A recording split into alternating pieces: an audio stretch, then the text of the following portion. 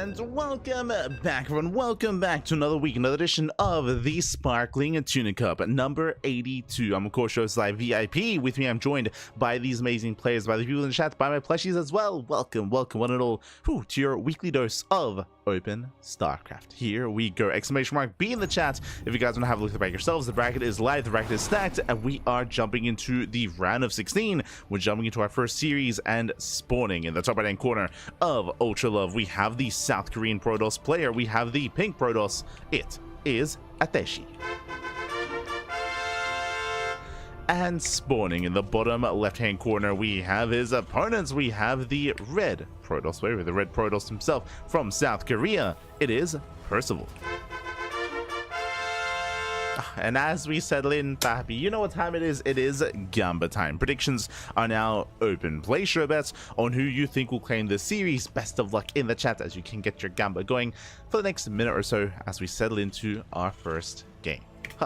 Beautiful. Beautiful. When it comes to the bracket itself, we'll get into it. Don't you worry. We will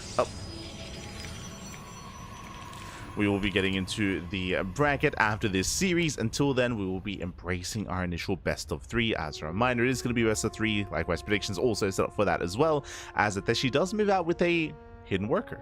Interesting, very interesting. Now, Ateshi is more of an amateur or more of an up-and-coming player here in the Korean scene, in the Korean region. Has been playing a little StarCraft Evolution. When it comes to this game mode, though, regular SC2, I have taken note that Ateshi is usually a more cheesy player, usually a little bit more cheesy, a little bit more aggressive. I haven't seen much of Ateshi's PvT, though, so I don't really know what to expect. Are we going for a proxy Stargate? Are we going for a proxy Twilight Council into DTs? There's potential. There's potential here for a proxy for shenanigans. Show us what you got. As Ateshi does open up Zealot first. Interesting. No probe scout across the map. No scouting whatsoever. No probe scout or no SCV scout out of Percival either, but this is a little bit more standard, just going for double gas into a faster factory, into a Reaper first, a bit of a more aggressive and assertive start. Percival is known for aggression in this matchup, by the way. He's known for being very assertive in TVP, so we expect that from him. Meanwhile, yep, Hidden Twilight Council, this should be for a proxy Dark Shrine. And proxy DT can wreak havoc, it can end the game, depending on whether or not Percival holds onto a scan. That's what it'll come down to. If he mules at the wrong moment, at the wrong time, the game can just end. Robo on the way as well, and we're waiting for the Twilight Council to complete. Until then, we do see Percival. He is scouting on his own side of the map, checking for proxies, checking at the third location, triangular third, linear third as well. Keep an eye on what's going on. Just try to keep an eye. Oh, Reapers, they take it. Well, they do deal with the initial Zealots. Now, this Zealot, more than anything, it is really a distraction here. It is keeping the Reapers at home, while Ateshi goes to that Dark Shrine that we did mention. Again, the Dark Shrine is on the way, as we did mention earlier. Gateways are building up. We have 2 gateways in the main. We have a 3rd gateway here back at home. It's going to be 4 gates. 2 at home, 2 across the map, 3 gates into DTs. Prism is on the way to reinforce the warp in straight away into the main. Again, does Percival, does he hold on to a scan? For now, diving into the main base. Not much to defend. Uh-oh, there's one of them at home. Percival, he does notice no expansion. Massive tell, something is wrong. Something is amiss. Viking production has begun. Going for the Viking. Ooh, Reaper goes down. There's 1 Hellion left. Workers are somewhat lining up. 5 pro kills, that is good damage. But again, is he ready for what comes afterwards? He's setting up a defensive window mine, Viking, Cyclone. I wouldn't be surprised if we get into like an eBay for a safety turret. We can see he's scouting, looking for the proxy. You know something is wrong. Here comes that Prism. Yeah, there's the bunker. He's trying to prepare. Tech lab on the way in the starport. That should be for the Raven. And again, we need to hold on to a scan. We're about to have energy here. Okay, we have a scan. We have 1 scan available. Prism comes in. Yeah, scan is ready, but is there enough DPS? That's 3 DTs. That's 3 Dark Templar boys are being pulled, and he will clean this up. He gets 1, he gets 2, and the 3rd DT barely escapes. And there is a second scan. Yeah, there is a second scan. There it is. DT goes down, and Percival, he holds. Percival, he does hold on. We have a safety Raven on the way, and remember, 1 base all in. Remember, there is no expansion. Just now we have a Nexus on the way, but this is such a late expansion. It's so late, so delayed. Not like this. as Ateshi's going to try to transition out of this, but he is so heavily behind. Percival happily just mining, saturating, taking more STVs, safety Raven here to build up. From here we can get into our 3-1-1 setup, get ready for a longer game state. Percival, he is perfectly fine. Likewise, he should know that there's a proxy somewhere. He should know that there's at least a Robo and of course the Twilight Council and the, I mean, he saw everything in the main. So he knows it's somewhere else. He might come across it. For now, playing it safe. Ateshi's still committed, going into charge. And Ateshi needs to find more damage. What he's gotten so far is not worth it. He's killed 5 SCVs, also losing 5 probes. Killed a couple of Marines. Does drop into the mineral line.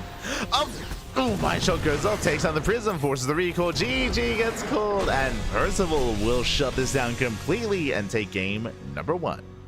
Whew. GG. Hi, papi. GG, well played. Very well done here. As again, Percival, he did scout. He did recognize that tech was missing, that something was wrong. He played it out very, very safely. Bunker, Widowmine, Viking, Cyclone as well. He did hold on to not just one, held on to 2 scans, 1 at each base. And with that, he was able to defend and deflect. GG. GG, well played. GG, well played with that. Oh. We are now getting into our next game. My apologies, I was just a little bit distracted. Engrossed in the game itself. But yes, we do have our second game. And we are getting ready here for ley lines as game number 2. Oh. Beautiful. Okay, we are jumping in. But again, Ateshi is known for being cheesy, he's known for being hyper-aggressive, and Percival just playing it out very, very safely. Of course, he did scout first, he wasn't just blindly playing safely. Did scout, did confirm. With that, he was able to set up back at home.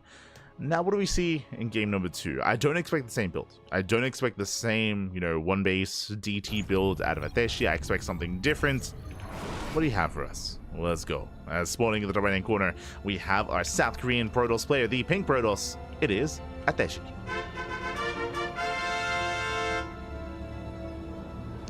And spawning in the bottom left-hand corner, we have as opponent, we have the South Korean Terran player, the Red Terran, leading the series 1-0. It is Percival.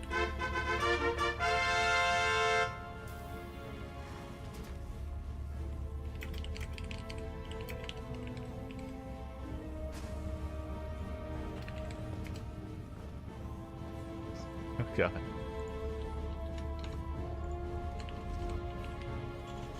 Okay, hold on. Just memeing in Discord. As for now, we are going to be settling in. So far, we have our initial openers, and our eyes are going to be on Ateshi. Just like the previous game, our eyes are on the pink Protoss player to see if he goes for a proxy Stargate. The probe does rally across the map, is poised to head over to this proxy location. This is a prime location, very prime location for a Stargate. We'll see. We shall see.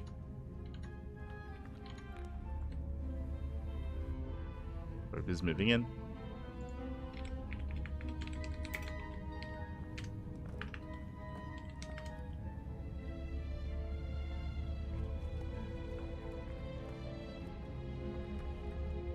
As it doesn't quite go all the way, sets up here just outside. And again, what do we go for? Robo, Twilight Council. I mean, the Cybercore isn't quite done yet. Still waiting for it to wrap up. Still waiting for it to finish.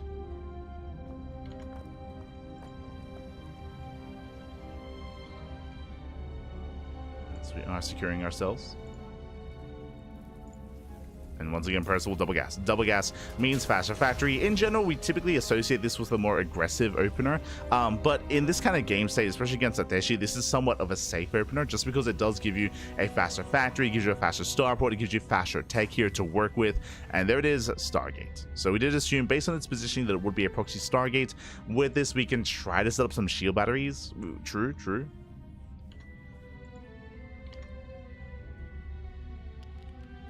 Try to set up some shield batteries. Reaper is scouting, does check the initial 4th location, barely doesn't go far enough. As Percival doesn't quite see. Doesn't quite confirm.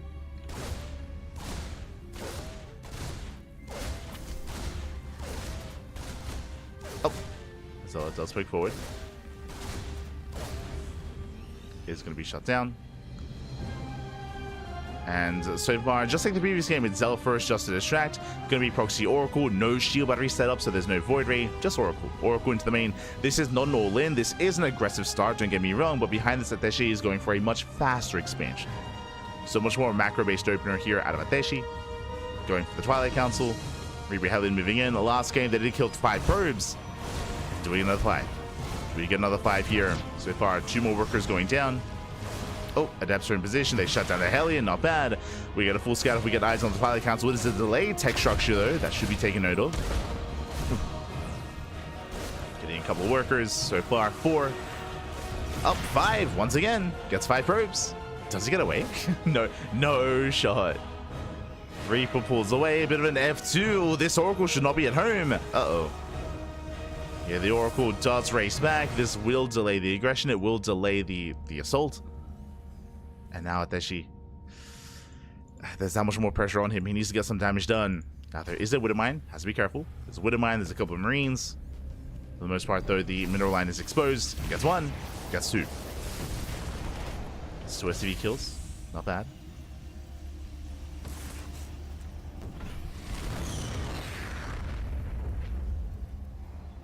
Gets 2 SCVs. Percival does break out. At least now he's aware. And he's looking. Yeah, he knows that there must be a Stargate somewhere. So he's on the hunt, and he will find it. Alas, only a single Oracle. So the pylon is going to fall. Adepts, they try to dive in. They can try to force some friendly fire. The Oracle is zoned away. And the tech is depowered. So from here, Percival is in a better position. Looking at the install stat here, he killed more workers across the map. He only lost 2 SCVs. The Oracle slot's potential, but there's a Viking at home. And Ateshi has to work on that next step. We have Blink, we have a couple of gates on the way. So far, it's going to be a 3-gate setup. From here, we could see Ateshi attempt to expand, but because the opener was rough, I would hope to see even a 4th gate waiting to just commit. But we might not even get there, as here we go. Percival just rallies everything across the map. Again, with that double gas opener, it means faster starport into Viking, medevac, early tank production as well. No shield battery. And no shield batteries to defend. And Ateshi's going to be overwhelmed. Oh, Widowmite gets retarded. Very nice control. Yeah, the retargeting is brutal. GG, well played. Very nicely done there by Percival. He will shut down the aggression and shut down Ateshi. GG.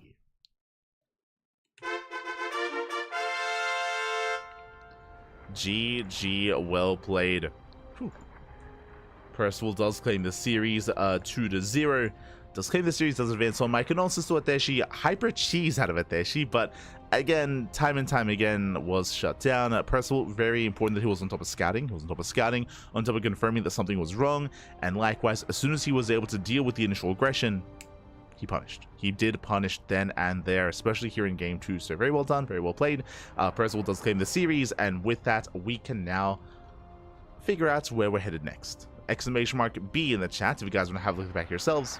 Again, welcome one and all to Sparkling Tuna Cup. This is a weekly tournament that we host every single week. It is open to all players, all shapes, all sizes, and we have some catching up to do here. We have some catching up to do.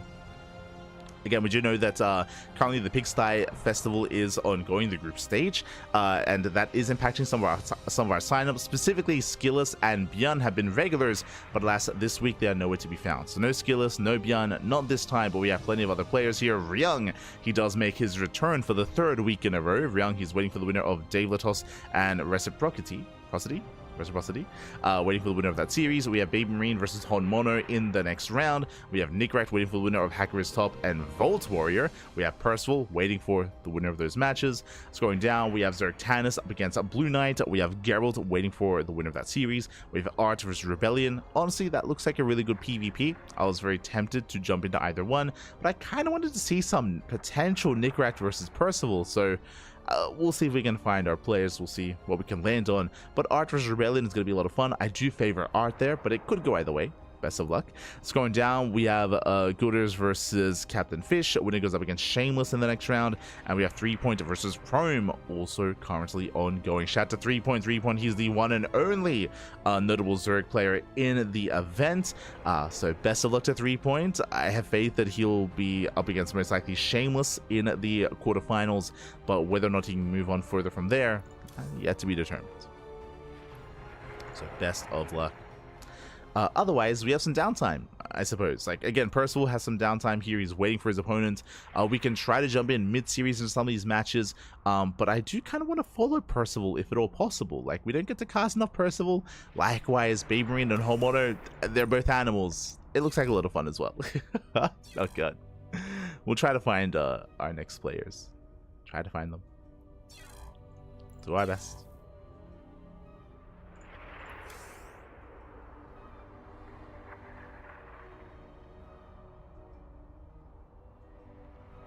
Setting up, and because of that, we might just go on a break. I'm just going on a break here, just because a lot of the round 1 matches are still ongoing. Just catching up with the chat.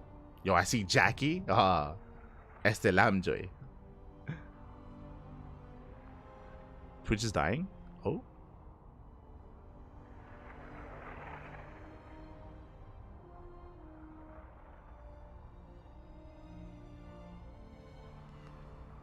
Time for YouTube. I'm not getting any issues, at least on my end. Like, I have 0 drop frames. Like, everything's looking stable, or on OBS, I should say.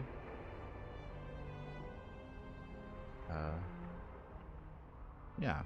I mean, I'll be honest, I was a little bit tempted to maybe postpone tonight's match, just because I do know that a lot of dropping Twitch every few minutes. Ooh, that's not good. Twitch side, not stream. Oh, okay, okay. The players catching. I see, I see. Yo, shout out Holy God, Baby God. Thank you so much, Holy Life. Thank you so much for subscribing with Twitch Prime. Thank you, thank you. I know that I was very tempted to postpone this week's Sparkling Tuna Cup, just because I know that we share a lot of viewers with Pig. So Pig being live with the Big Sky Festival is gonna negatively impact us, but at the same time, specifically for Sparkling Tuna Cup, this is less about us and more about the players. So I did still want to run the event for the players that aren't competing in the Big Sky Festival, to allow these players to, of course, you know, compete and to earn prize money. So yeah, that's at least the goal for this, or the goal for our tournaments in general, really. So I wouldn't want to postpone STC. Not this time, not this time.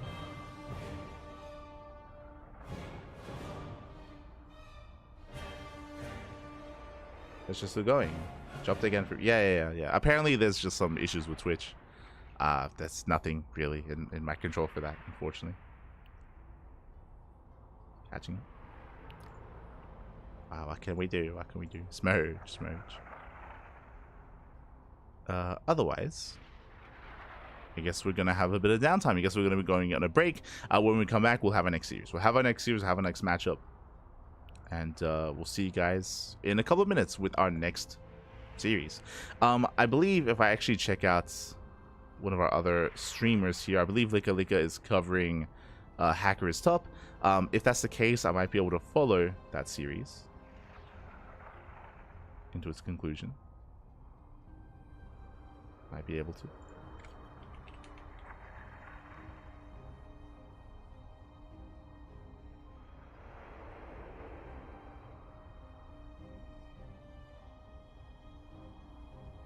Figure it out. We'll figure it out. Otherwise, again, we're going to be going on a short break, and we'll see you guys soon after the break. See you soon. See you soon.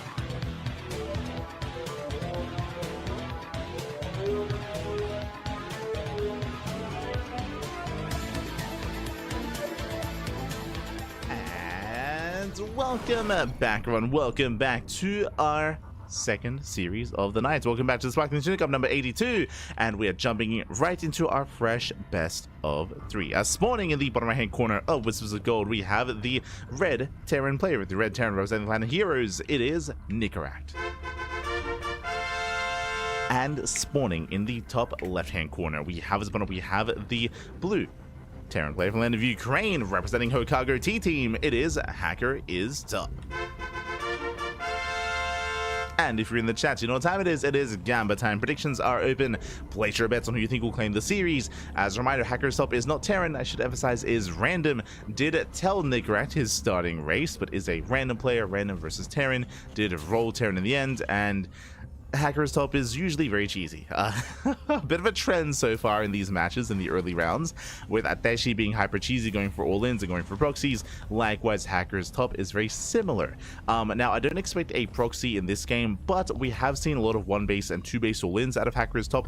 That is more what I'm leaning towards. So far, double gas opener out of our random Terran player, and we might even stay on 1-base. Might just stay on 1-base. We'll see if we do decide to expand after the factory. Basically, we're waiting to see if we have a CC after factory or starport after factory. So our eyes are going to be on Hacker's Top. Meanwhile, Nicoract, despite the aggressive nature of his opponent, is opening up economically. Racks expand, no fear out of Nicoract. Bold move. Bold move. No fear whatsoever.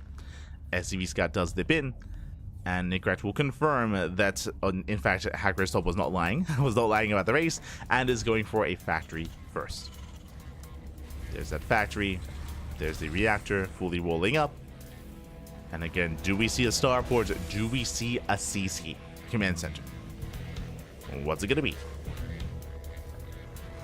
What is it going to be? Likewise, across the map, we do have our rack expand. CC is underway. Oh. And my eyes on this would-be building SCV. Very suspicious. There it is. 1-1-1, 1-base all-in. So that's what we're waiting for. Based on this positioning, CC was not going to be an option, so it is going to be a Rax into factory, into starport, into 1-base all-in. We could pull the boys with this as well. The goal here could be to just get into a medevac, early tank push, tank drop across the map. That's what I'm leaning towards, with bunkers alongside it. There we go. Tanks are on the way. Back at home, Nicoract is in the dark. But I mentioned this before, Hacker's Top does have a reputation. He does have a reputation. He is known for having only a handful of builds per matchup, so I'm sure Nicoract is aware of the potential of a 1-base all-in. Even though he hasn't scouted, even though he hasn't confirmed, there is some kind of metagaming going on here as well, just because Hacker is top. He cheeses all the time. And now Marines, they fan out. Nicoract back at home, getting to his own 1-1-1. Getting to his own standard opener. Here comes the bio, here comes the tank. Army is amassing. Hacker's Top does move out.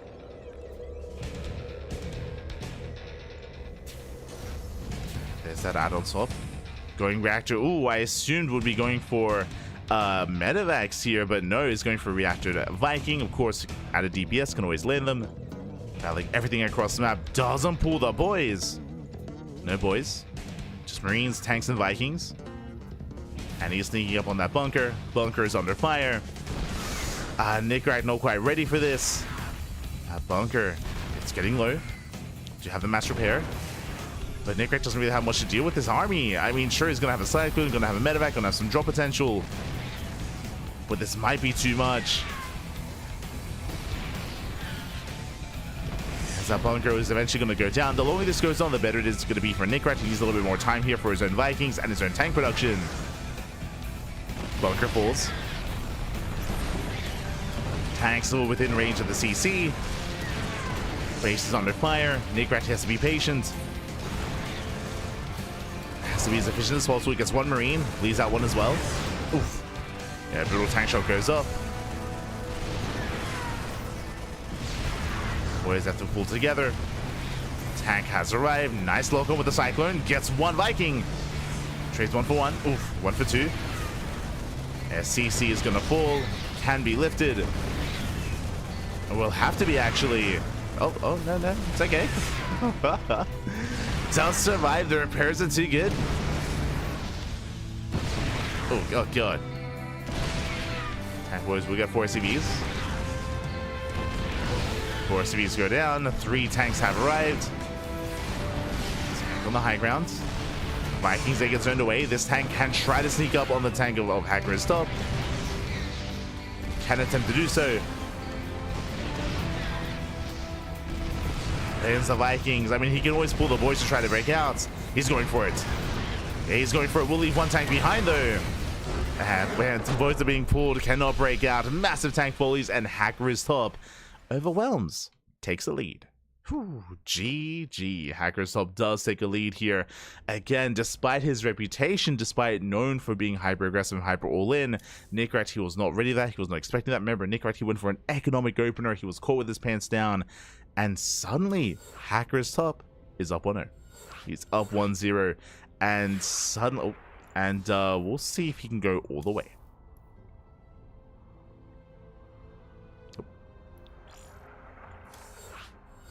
See if he can go all the way here. So getting into game number 2. Whew, okay. So after the greedy start of Nicoract, I would imagine we're going to be seeing some safer openers moving forward. Initially, I was on the fence about Nicoract going for the rack expand, but I was thinking, oh, maybe he knows how much greed he can get away with. And even then, like, there was still potential to break out, especially with the second tank on the high ground. But alas, Hacker's top did overwhelm, and now we're getting into our next game. This time, rolling a very different race. Spawning in the bottom left-hand corner of lane lines, we have the Ukrainian random player rolling Protoss. Representing Hokago T-Team, it is Hacker's top.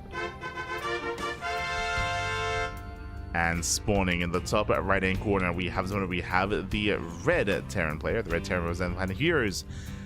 Down in the series, we'll see if he can bounce back and force that ace match. It is Nicoract.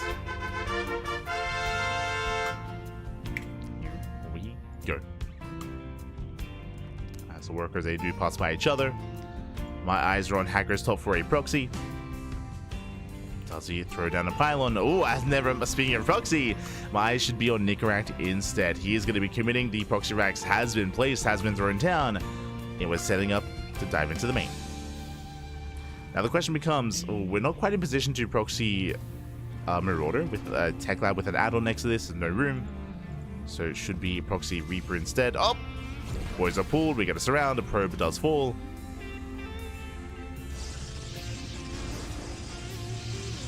With that Nicoract, so far unscouted, unseen.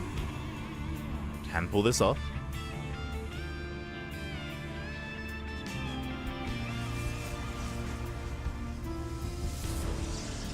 And try. There we go. There's that first Reaper. Now, this is not an all-in. It is only a singular rack. Singular rack, singular Reaper with a potential bunker or eBay block on the low ground. Back at home, we should be seeing either a CC or a factory on the way. But Nicoract confirms everything at home. The pylons, the gateways, going to be a 2-gate opener. Do we not expand? Once again, Hacker stop playing a 1-base all-in. Yeah, he is not expanding. Starts off with 2 gateways. From here, we'll see if we have any tech.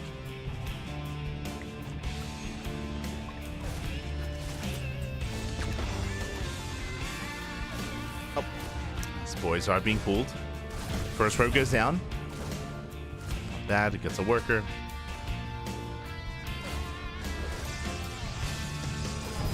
Gets 1, gets 2. Gets 2 probes, does spot the robot. It's a 1-base all-in. It's going to be a 1-base all-in here from Hacker's top. It's 2 probes in total. Does pull away. Does pull away. First Reaper is going to be hunted down. Or at least should be. Should be hunted down here.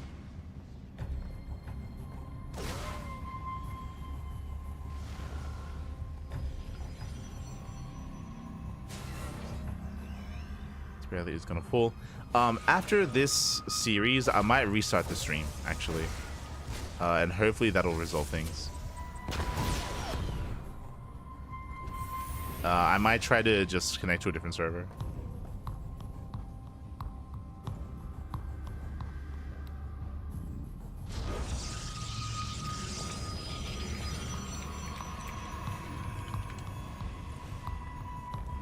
as a heads up. Likewise, Reapers, they do bust in. Likewise, they get surrounded, they get shut down. But at least he confirms. Again, 3 gates. 3 gates, 1 base. We have a Robo. It's all going to be 1 base here from our Protoss. Back at home, Nicoract playing it safe. Thankfully, we have a bunker on the way. 1-1-1. Starport is done. Vikings as well. Cyclones, tank production. Nicoract taking this very seriously.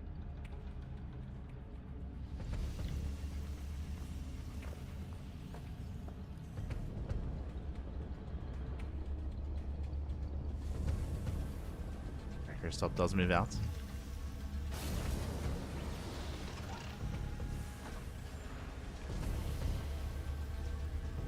Oh. Diving in. Does attempt to. Attempts to dive in.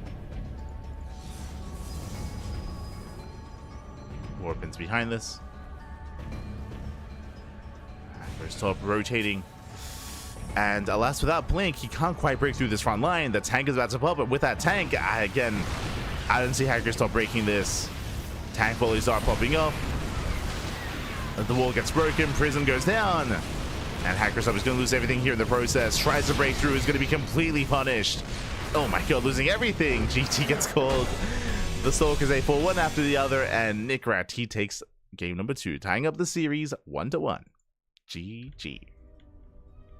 Does have the series. Now we're going to the ace match, and again, we just expect more 1 base all-ins. That's what we expect here out of Hackerstop. Now you can see clearly Nicoract, he's taking it very seriously, playing it very safe, and this time he is not being caught with his pants down. It's all about securing himself, tying up his belt, making sure that the pants they stay on, and it'll be fine. Will be fine. But again, after the series, I will restart the stream. Hopefully it doesn't break any VODs or anything like that. Fingers crossed, fingers crossed. But I do plan on switching to a different stream server. And hopefully that will resolve any issues.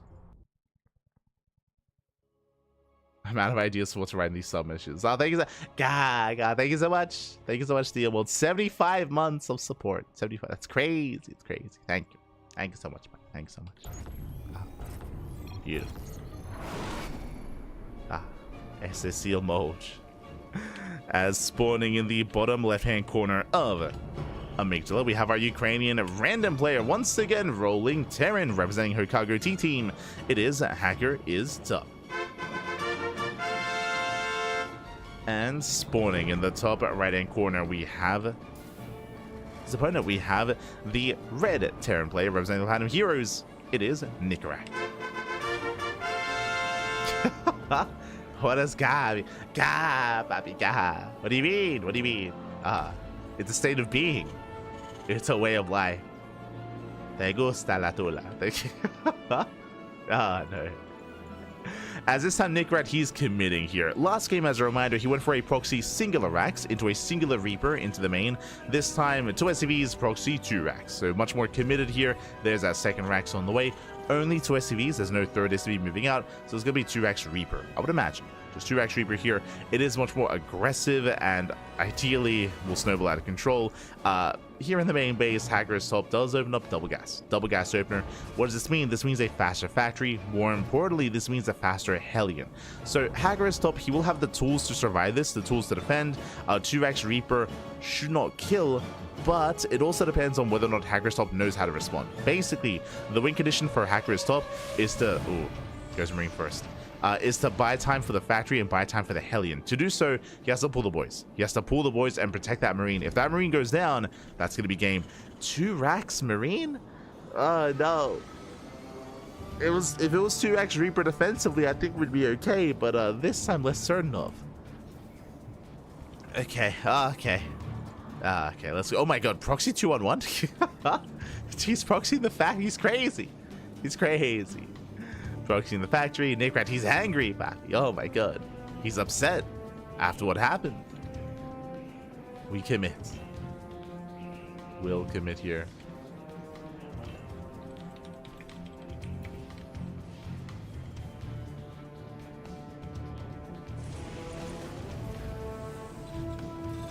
As our initial Reapers do move out. Head into the main. Boys are being pulled. SV's going to be going down. So far, the Marines, they hold their own. So that's going to be 2, 3 SCV kills. The first Marine is going to fall. Can he save that second Reaper? Oh, God, as he's cutting back. The Surround is coming in. Yes, Surround does come in. Oh, no, the Reaper does barely fall. He gets one. Only one, though. Only one Reaper goes down, and this is getting out of hand. This is becoming far too much damage here. 7, 8 SCV kills, 9 SCVs, 10. And this is game-ending damage. Behind this, we do see that Nicoract, he's making... Sorry, for some reason I thought that there was a factory being proxied. It was a 3x Reaper. And with that, there's no coming back from this. There's no coming back here for Hacker's Top. He will go down to 0 SCVs. He does have a Cyclone on the way. And a Cyclone is good, but against 5 Reapers, the Cyclone means nothing. And maybe get 1 Reaper. The dancing back. He's happy. He loses 3 Reapers, a little bit unnecessarily, but GG gets called. Again, the writing was on the wall, and Nicoract, he will redeem himself and claim the series 2-1. GG. GG, well played. Nicoract, he will claim the series, will advance on into the next round. Congratulations, my condolences to Hacker is Top, as he is going to be knocked out of the tournament. Again, did make a series out of this, but non-stop cheese out of Hacker is Top is what we expect, and Nicoract will advance on to face off against Percival in the next round. Let's go. We're going to be following Nicoract into that next series, into that TVT. Now the stream is going to go down. I'm going to turn the stream off. We have been getting some connectivity issues on Twitch, so we'll be coming back online in a couple of seconds, and hopefully everything will be fixed. Hopefully everything will be resolved. Fingers crossed. Fingers crossed. So we'll see you guys in a couple of moments, in a minute or so after the videos are done. See you soon. See you soon.